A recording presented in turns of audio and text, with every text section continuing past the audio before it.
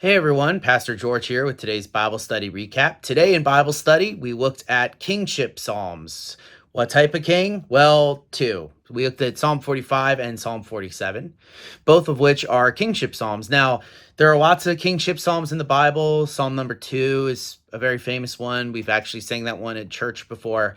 But kingship psalms are usually in praise of two things. First is the earthly king. This is the king in Jerusalem, the Davidic king, right? That's who those psalms are for. And there's also psalms that are directed at the divine king. Of course, that's God. Now, of course, God is never left out of the psalms about earthly kings. He's usually shown as the protector, as the sustainer, as the anointer of the kings who are on earth. But there is a real connection between the king, the role of the king, and how God is active in the political sphere of the kingdom of Israel or Judah, whatever you want to say there. Now, we looked at two. We looked at Psalm 45 and Psalm 47. So if you were to go to Psalm 45, you'll see that it is a psalm of a wedding, right? Mine calls it a love song. Now, this is pretty clear from the context, especially in what it says to the bride, the princess in this case. Now, it's broken up into three parts. It's about the king, then it's about God, then it's about the princess, and then that's basically the whole psalm. And it's all in praise of the king and celebrating the wedding. Of course, the king here is one who is identified as all thing the king should be, right? A great fighter, handsome, things like that, right? It's just talking about how, extolling his virtues. That's what you do with this sort of thing. But of course, his throne is only important because God is the one who anoints him, right? So the most famous part of this is probably your throne, O God, is forever and ever. The scepter of your kingdom is a scepter of uprightness, and you have loved righteousness and hated wickedness. So all of that is the case. Therefore, the king should follow that example, right? If he's being ordained by God or anointed by God, rather, then he is expected to follow that example that God is giving him. And so that's told to the king. And then the focus shifts to the bride, the princess.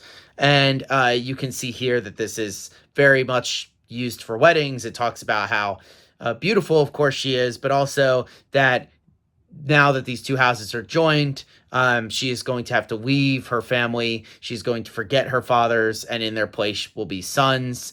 You will make princes in all the earth, and it will cause her name to be remembered for all generations. Now, of course, people take this and they'll look at the actual context, but of course, as Christians, we also see how this could relate to the story of Jesus being kind of the ultimate vision of how this looks out, and the church being the bride, right? This is something that's talked a lot about in the New Testament, how the church is a mother for people from many different nations and princes in all of the earth, right? So you can see the connections that people will make there. But you'll see that the system of religion in the Bible is very intricately woven in the Old Testament with the earthly king who is there. And he is supposed to rule as the divine king does. And so there's consequences when, of course, that doesn't happen.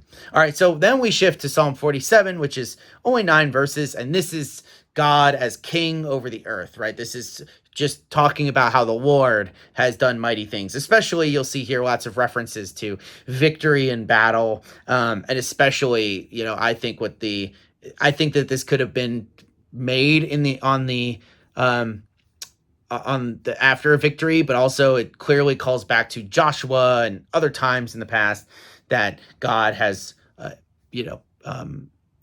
defeated his enemies and helped the people of Israel.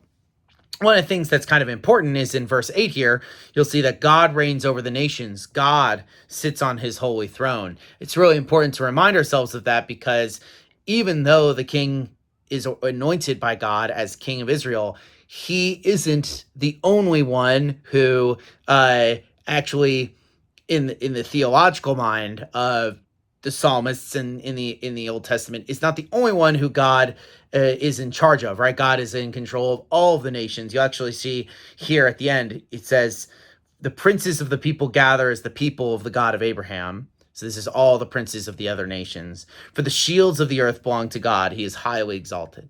So even the other nations belong to God. The shields here represent kings or the people in control, the powerful people defending the nation or whatever, right?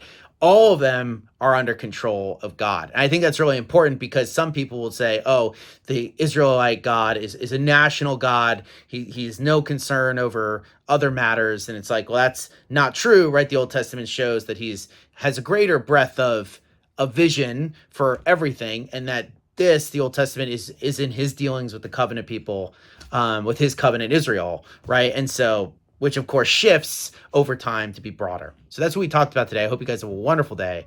Peace out.